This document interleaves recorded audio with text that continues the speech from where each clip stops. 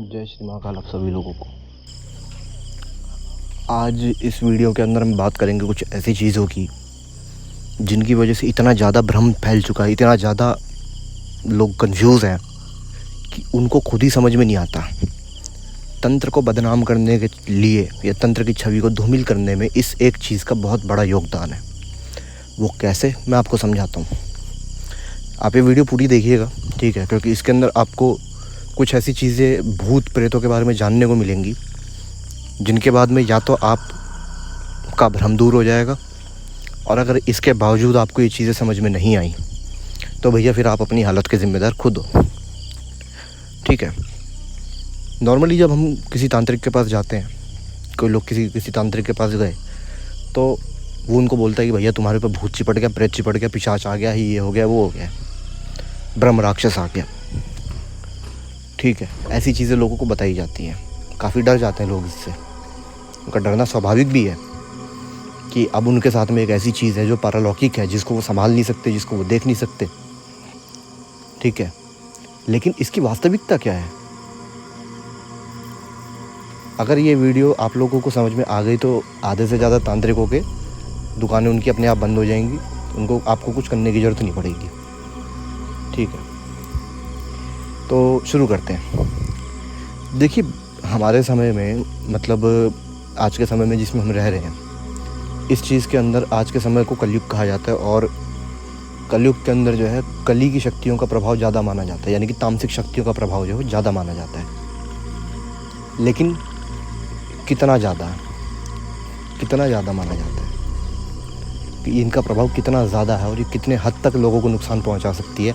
सबसे पहली बात तो आप लोग ये समझिए कि कौन भूत बनता है, कौन भूत नहीं बनता है। पहले आपको ये समझने की ज़रूरत है,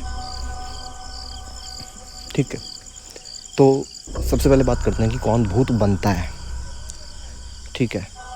तो जैसे कि आप सभी जानते हैं कि अगर मैं यहाँ पे पुराणों के हिसाब से बात करूँ या वेदों के हिसाब से बात करूँ, तो वेदों के अंदर या पुराणों के अंदर ये कहा जाता है कि मनुष्य के जन्म के समय पे परमात्मा अपनी ऊर्जा का एक अंश उसको देते हैं, ठीक है। और वो परमात्मा का अंश जो है पंच तत्वों से तत्व ले करके अपना शरीर बनाता है, और उसके बाद वो गर्भ धारण करता है। ये प्रक्रिया कही जाती है वेदों पुराणों के अंदर कि परमात्मा का ज्योति स्वरूप जो है वहीं हर व्यक्ति के अंदर, ये बोला जाता है ना कि परमात्मा का अंश है, परमात्मा का अंश है। तो ये वही परमात्मा का अंश है जो पंच तत्वों के देवताओं से तत्व ले करके उनके अपने शरीर का निर्माण करता है, ठीक है। अब ये एक तरीके से उधार लेने वाला सिस्टम हो गया, ये एक तरीके का उधार लेने वाला सिस्टम हो गया है। और इसमें क्या होगा, अब क्या होगा कि मरणोपरांत जब आप अपने शरीर को उन तत्वों को नहीं सौंपोगे, या उन तत्वों को उन देवताओं को अपने अपने तत्व नहीं मिलेंगे, तब तक वो आपको छोड़ेंगे नहीं, तब तक आपकी आत्मा की मुक्ति संभव नहीं है। अरे आप किसी से 100 रुपये ले लो, उसको 10 दिन ना दो, वो बंदा 10 दिन के बाद आपकी जान खा लेगा। तो यहाँ तो देवताओं की बात हो रही है, यहाँ तो देवताओं से उधार ली हुई चीज़ की बात हो रही है, ठीक है। अब ये कौन बनते हैं, ये किस तरीके के लोग होते हैं जो बनते हैं? ये वो लोग होते हैं जिनको दफना दिया जाता है, ठीक है। इनको दफना दिया जाता है। मुख्य तौर पर जो प्रेत आत्माएँ होती हैं या भूत प्रेत बनते हैं, यहाँ तक कि तांत्रिक भी जो करते हैं ना, जो तांत्रिकों के पास में भी आपने हड्डी देखी होंगी, लेकिन हिंदू धर्म के अंदर तो हड्डी है तो होती नहीं है। हिंदू धर्म तो जहाँ तक चलता है भैया वो तो दाह संस्कार पे चलेगा। अगर किसी शरीर का दाह संस्कार हो गया तो उसके शरीर की तो हड्डियाँ तक जल जाएंगी, वो मिलेंगी नहीं किसी तांत्रिक को। तो फिर ये तांत्रिकों के पास में ये चीज़ें कहाँ से आती हैं? ये तांत्रिक हड्डी, कपाल, खोपड़ा फोपड़ा लेके चलते हैं, ये कहाँ से आई है इनके पास में? ये यहाँ से आती हैं कि या तो ये किसी ऐसे शरीर को जो मर चुका है और जिसका अंतिम संस्कार नहीं हुआ है, ये उसके शरीर को टेम्पर करके, उसके शरीर की माँ बहन करके उसकी अंग निकाल लेते हैं, उसके कपाल निकाल लेते हैं, उसकी हड्डियाँ निकाल लेते हैं। या फिर ये उन लोगों की अस्थियाँ निकालते हैं जो लोग जिनको दफनाया जाता है, जैसे मुसलमानों में होते हैं या फिर ईसाइयों के अंदर जिनको दफना दिया जाता है, वो जलते नहीं हैं, उनके शरीर के अवशेष बच जाते हैं। अब ये भूत क्यों बनते हैं? जैसे कि मैंने अभी उधार लेने वाली बात कही कि उधार लेने के बाद जब आप उनको वापस नहीं करोगे देवताओं को उनके तत्व, तो आपको वो छोड़ेंगे नहीं, वो आपके शरीर की आत्मा की मुक्ति नहीं होने देंगे। तो ये क्यों होता है?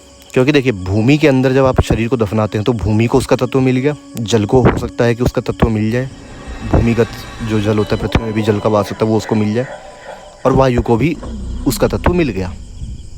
लेकिन आकाश तत्व और अग्नि तत्व, ये 2 तत्व उसके शरीर से नहीं निकले, या फिर ये कह लीजिए कि इन 2 देवताओं को उनके तत्व नहीं मिलते। तो भैया जब तक इनको इनके तत्व मिलेंगे नहीं, जब तक आप इनकी उधारी चुकाओगे नहीं, तब तक ये आपको छोड़ेंगे नहीं। और ये लोग होते हैं जो भूत बनते हैं। अब बात करते हैं कि अगर किसी व्यक्ति का अंतिम संस्कार हो जाए तो, अगर किसी व्यक्ति का अंतिम संस्कार हो गया तो वो वायु के माध्यम से आकाश को भी प्राप्त हो जाता है, और अग्नि से उस शरीर की शुद्धि होने के बाद में वो जो तत्व होता है अग्नि का तत्व, वो अग्नि को भी मिल जाता है, जिस कारण से हिंदू धर्म के अंदर कोई भी भूत प्रेत नहीं बनता है ना। या फिर ये कह लीजिए कि भारत के अंदर में भूत प्रेतों की संख्या उतनी नहीं है जितनी कि बाहर के देशों में ज़्यादा है। आप लोगों ने इतनी सारी हॉरर मूवीज़ देखी होंगी। अब इन हॉरर मूवीज़ में क्या होता है कि भारत के अंदर जब कोई हॉरर मूवी बनती है तो वो एक इमेजिनरी स्टोरी होती है, 2-4 को छोड़ के 2-4 कहानियाँ ऐसी होंगी जो असली होंगी, मेरे को उनका भी कोई आइडिया नहीं है। लेकिन भारत के अंदर बनने वाली 90% जो हॉरर फिल्में होती है वो फिक्शन होती हैं, उनके अंदर वो काल्पनिक होती है, उनका कोई लेना देना नहीं होता वास्तविकता से।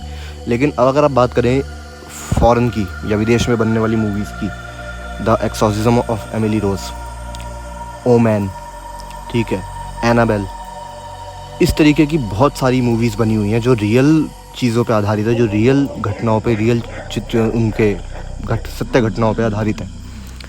और नेट पे आप देखेंगे तो आपको हर एक मूवी का जो है इतिहास मिल जाएगा, चाहे वो कॉन्जरिंग हो, चाहे वो द नन हो, चाहे वो एनाबेल हो, चाहे वो द एक्सॉर्सिज्म ऑफ एमिली रोज हो। ये रियल स्टोरीज़ हैं।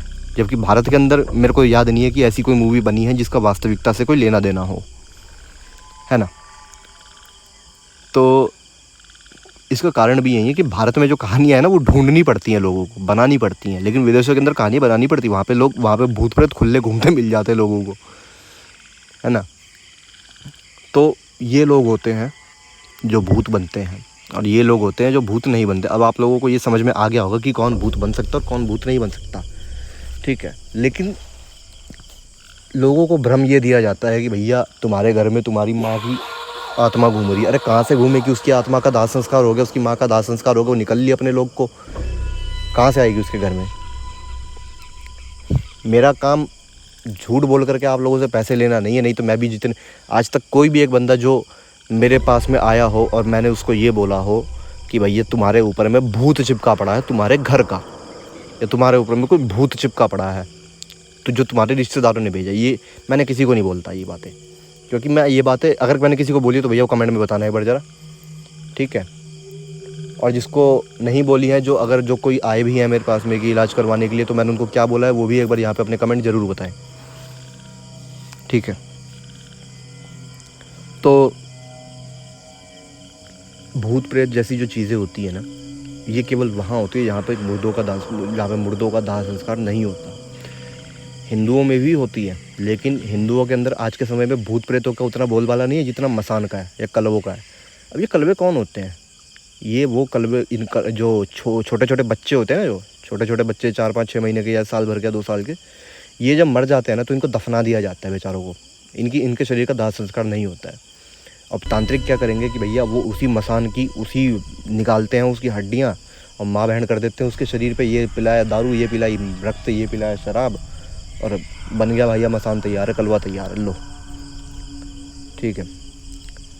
और यही नेगेटिव एनर्जीज़ या यही नेगेटिव चीज़ें जो हैं गुरु भी अपने शिष्यों को दे देते हैं कि भैया तुम्हारे को मैं भैरव की सवारी दे रहा हूँ, और उसको दे दिया मसान। बंदा 14-15 साल मसान की पूजा करके उसको भैरव मान के उसको पूज रहा है, और बाद में पता चला कि वही मसान जो है उसके आधी ज़िंदगी ख़त्म करके जा चुका है। तो ऐसी ऐसी चीज़ें लोग करते हैं। तो यही चीज़ें होती हैं, और ये वास्तविक अनुभव है। ये एक शिष्य का मैंने मसान वाली बात बोली नहीं, मेरे शिष्य का एक वास्तविक अनुभव है, और मैं बोलूँगा उसको कि अगर उसको सही लगेगा तो वो अपने अनुभव बताएगा आप लोगों को कभी आकर के।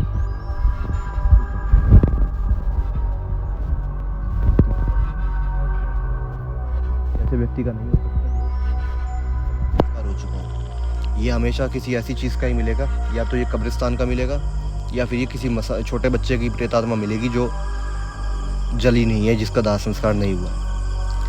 तो आगे से जब भी कोई तांत्रिक या जब भी कोई बाबा आपको ये बोले कि भैया तुम्हारे घर में जो तुम्हारे पितर मर गए हैं वो लोग आके तुमको परेशान कर रहे हैं, तो उसके कान के नीचे 2 रैपटे मारना, ठीक है। और उससे पूछना कि हरामखोर, जब ये उनके शरीर का दाह संस्कार हो गया, उनके शरीर की उनकी आत्माएं मुक्त हो गई, तो वो कैसे आ सकती हैं?